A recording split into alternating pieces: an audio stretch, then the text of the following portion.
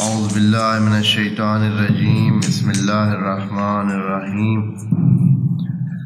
الحمد للہ وکفی الحمد للہ علی آلائہ الحمد للہ علی نعمائہ الحمد للہ علی ما ہدانا والشکر علی ما اولانا والحمد للہ بارئ الخلائق اجمعین والحمد للہ رب العالمین والصلاة والسلام والتحیۃ والاکرام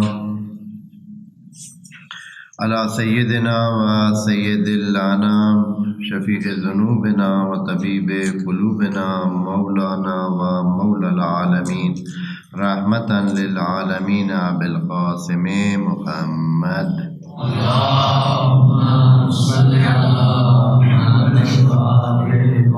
وعلى أهل بيته الطيبين الطاهرين أما بعد فرب اشرح لي صدري ويسر لي أمري واحلل عقدة من لساني يفقهوا قولي وقل رب ادخلني مدخل صدق وأخرجني مخرج صدق واجعل لي من لدنك سلطانا نصيرا بسم الله وبالله وتوكلت على الله قال الله تبارك وتعالى في سورة الأحقاف سورة الأحقاف آیت نمبر 11 وقال الذين كفروا للذين آمنوا لو كان خيرا ما سبقونا إليه وإذ لم يهتدوا به فسيقولون هذا إفك قديم ومن قبله كتاب موسى إماما ورحمة وهذا كتاب مصدق لسانا عربيا لينذر الذين ظلموا وبشرى للمحسنين إن الذين قالوا ربنا الله ثم استقاموا فلا خوف عليهم ولا هم يحزنون أولئك أصحاب الجنة خالدين فيها جزاء بما كانوا يعملون صدق اللہ العلی العظیم۔ خدا اپنی گفتگو انسان کے ساتھ جاری رکھے ہوئے اور اس گفتگو میں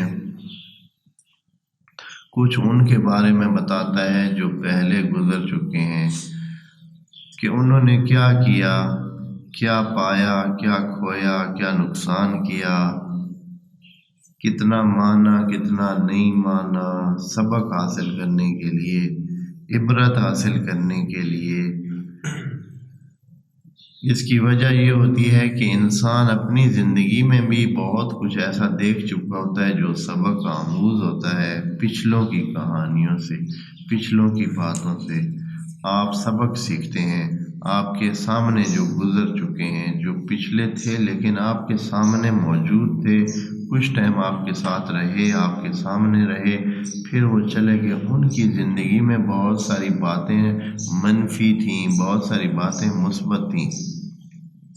تو منفیات سے آپ سبق لیتے ہیں، فلاں یہ کیا تو یہ اس کا نقصان ہوا، آج مجھے وہ کام کرنا چاہیے یا نہیں تو نہیں کرنا چاہیے۔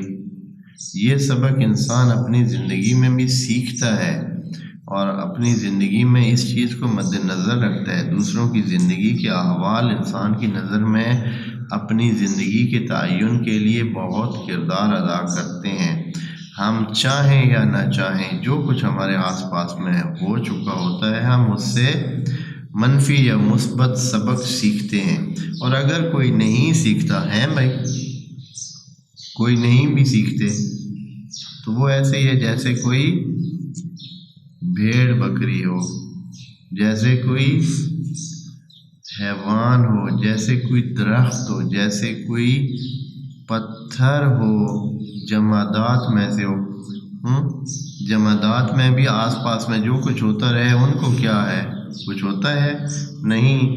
درخت کے آس پاس میں 100 مصیبت آ جائے، اگر درخت کے ساتھی درخت کو آگ لگ جائے تو یہ درخت کیا کر سکتا ہے؟ بھاگ جائے گا۔ سوچنے کی صلاحیت ہی نہیں ہے، اسے پتہ ہی نہیں چلے گا کہ ساتھ والے درخت کو کیا لگی ہوئی ہے، آگ لگی ہوئی ہے، اور ابھی تھوڑی دیر کے بعد باری کس کی ہے، اس کی باری ہے، تو وہ کہیں جا سکتا ہے، کچھ کر سکتا ہے؟ نہیں، بے حس ہے، اس میں حس نہیں ہے۔ اور اگر انسان ہے کہ حیوان ہے، حیوانوں میں بھی ایسے ہوتا ہے کہ ایک حیوان کو پتہ ہے کہ ادھر، پتہ نہیں چلتا ہے اس کو کہ یہاں جانے سے نقصان ہوتا ہے، آدمی یہ جو حیوان ہے مثلا وہ گر سکتا ہے، اسے نقصان ہو سکتا ہے، اسے کوئی ڈنڈا مار سکتا ہے، اسے کوئی مالک جو ہے، ایون مالک اس کو مار سکتا ہے اس کو ڈنڈے کے ساتھ، پھر بھی وہ اسی طرح کرتا ہے، پھر وہ اسی طرح کرتا ہے، نہیں سبق سیکھتا ہے۔ تو یہ انسان جو آس پاس کی زندگی کو دیکھ کر سبق نہیں سیکھتا ہے، اس کے درجہ بھی ادھر ہی ہے۔ ایک درجہ اس کا یہ ہے کہ وہ حیوان کی لیول پر ہو، یعنی دیکھ رہا ہے، کچھ نہ کچھ اسے پتہ بھی چل رہا ہے کہ نقصان ہو رہا ہے، اس کا ساتھی حیوان کل اسی جگہ آیا تھا تو اس کو کیا ہوا ہے، نقصان ہوا ہے، دوسرے کی زمین میں گیا، دوسرے مالک نے اس کو مارا تھا، بھگایا تھا، ڈنڈے مارے تھے، لیکن یہ جو حیوان ہے اس نے کیا سمجھنا، آج یہ خود گیا ہوا ہے ادھر ہی، کل دیکھا بھی ہے، بلکہ کل خود اس کو بھی ایک ڈنڈا پڑا تھا، پھر بھی آج کدھر گیا ہوا ہے، ادھر ہی گیا ہوا، کیوں؟ حیوان ہے۔ دوسرے اگلے مرحلے میں درخت ہے جو نباتات میں سے بڑھتا تو ہے، لیکن اس بیچارے کو خبر ہی نہیں ہوتی ہے کہ ساتھ والا درخت کیا ہے، اس کو آگ لگی ہوئی ہے، وہ کچھ کر ہی نہیں سکتا ہے۔ تیسرا درجہ ہے جمادات کا، جن کو سرے سے محسوس ہی نہیں ہوتا ہے۔ تو کچھ انسان اس لیول کے ہوتے ہیں، زیادہ تر ہے انسان حیوان کی لیول پر ہوتے ہیں، حیوانوں کی۔ اسی لیے خدا کریم نے بتا دیا پہلے کہ ہم کل انعام، قرآن کی آیت پڑھ رہا ہوں، خدا نے کہا ہے کہ ایسے انسان جو سبق نہیں سیکھتے ہیں، جو ہماری بات سنتے نہیں ہیں، جن کو سمجھ آتی ہے پھر بھی اس کو مانتے نہیں ہیں، ہم کل انعام، یہ چوپایوں کی طرح ہے۔ انعام کہتے ہیں چوپایوں، یعنی حیوانات کو، چار ٹانگوں پہ چلنے والوں۔ بل ہم اضل، ایک درجہ اوپر بڑھا کے کہا ہے کہ ہو سکتا ہے کہ ان میں سے کچھ ہوں جو اس سے بھی برے ہوں، یعنی وہ درخت کی لیول کے ہوں، نباتات میں سے جیسے ہوتے ہیں جن کو پتہ ہی نہیں چلتا ہے، اتنے مدہوش ہیں دنیا کے کاموں میں، یا یہ ہے کہ اس سے بھی برے ہوں، اور کیا ہوں، پتھر ہوں، پتھر اور جمادات میں سے ہوں، جیسے مٹی ہے، جیسے ریت ہے، جیسے اینٹ ہے، پتہ ہی نہیں ہے۔